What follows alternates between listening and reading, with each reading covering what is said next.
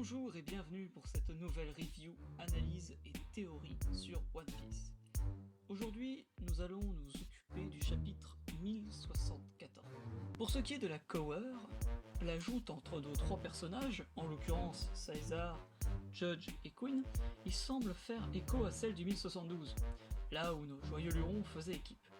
Ici, il laisse place à une violente dispute. Clairement, une dispute qui nous montre encore ici la dissolution du groupe de scientifiques, que fut le MAT.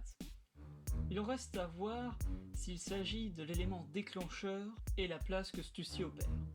Mais cela nous viendra probablement par la suite, à moins qu'elle soit marquée par la fin du flashback, et que nous revenions à Judge et César dans le temps présent.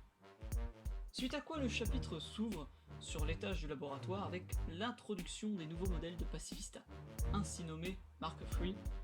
Ces pacifistas ne sont pas moins intéressants de par beaucoup d'éléments. Déjà, ils sont clairement supérieurs aux anciens pacifistas, les premiers, ceux de Marineford, et vus à Sabaody. On peut spéculer sur le type de modèle. Pour ce qui est de Marineford, donc ils furent les premiers, de par leur nom.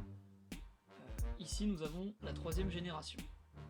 Ce qui est pour la deuxième vague de pacifistas, il se pourrait qu'il s'agisse de ceux aperçus dans le film Z. Cependant, en vue de l'ambiguïté du canon que représentent les films, cela reste une possibilité.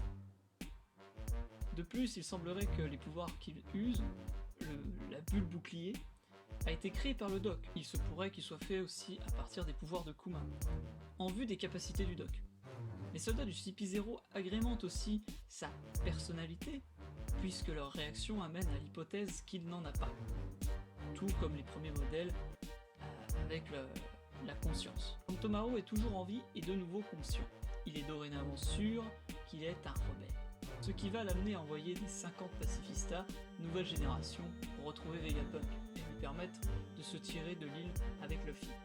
Cependant, si on joue sur l'ego, une fois face à Bonnet, il est probable que le Mark III la voit comme une ennemie, puisqu'elle a enlevé le Doc, reste à voir le niveau d'autorité de Vegapunk, et s'il a la possibilité de remanier l'ordre ou non, aussi que la réaction du Mark III.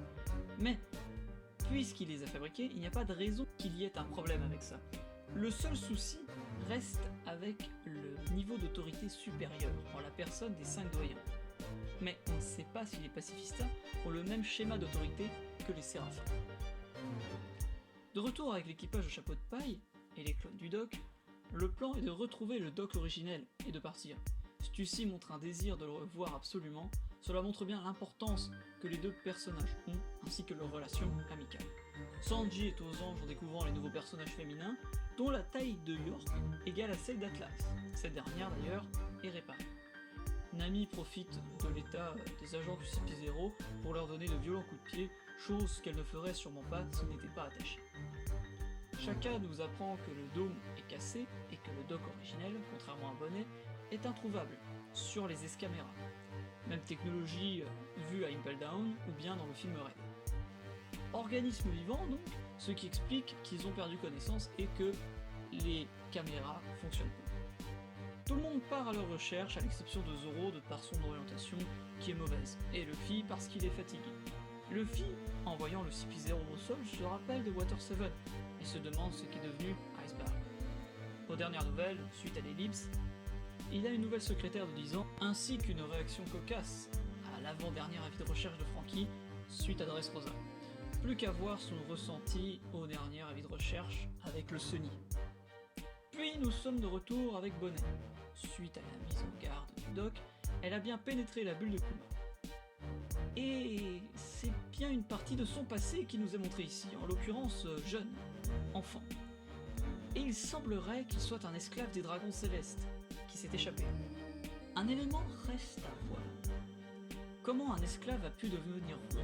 Puisqu'en effet, Kuma fut roi. La royauté a un rapport avec la rêverie et les représentants de royaume. Peut-être que Kuma a été un bouc émissaire et mis sur le trône par le gouvernement mondial, à la différence d'Hancock, qui elle est restée pirate, et quand bien même elle est au pouvoir de l'île des femmes, elle n'a aucun droit en tant que souveraine.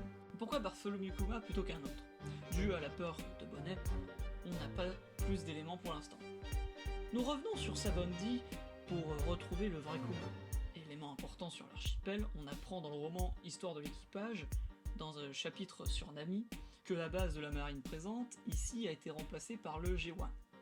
Après la guerre au sommet, les effectifs ont donc drastiquement baissé, expliquant pourquoi Kuma leur donne du fil à retordre.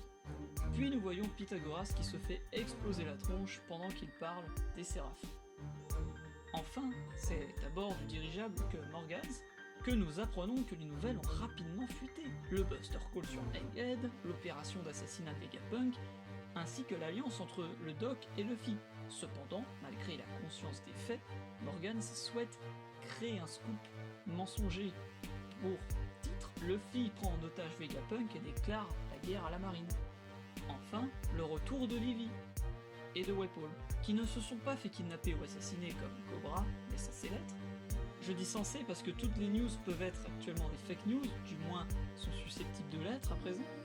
Wapol parle bien de se faire effacer du royaume de Black Drum, et d'Alabasta sont donc ceux qui voulaient supprimer.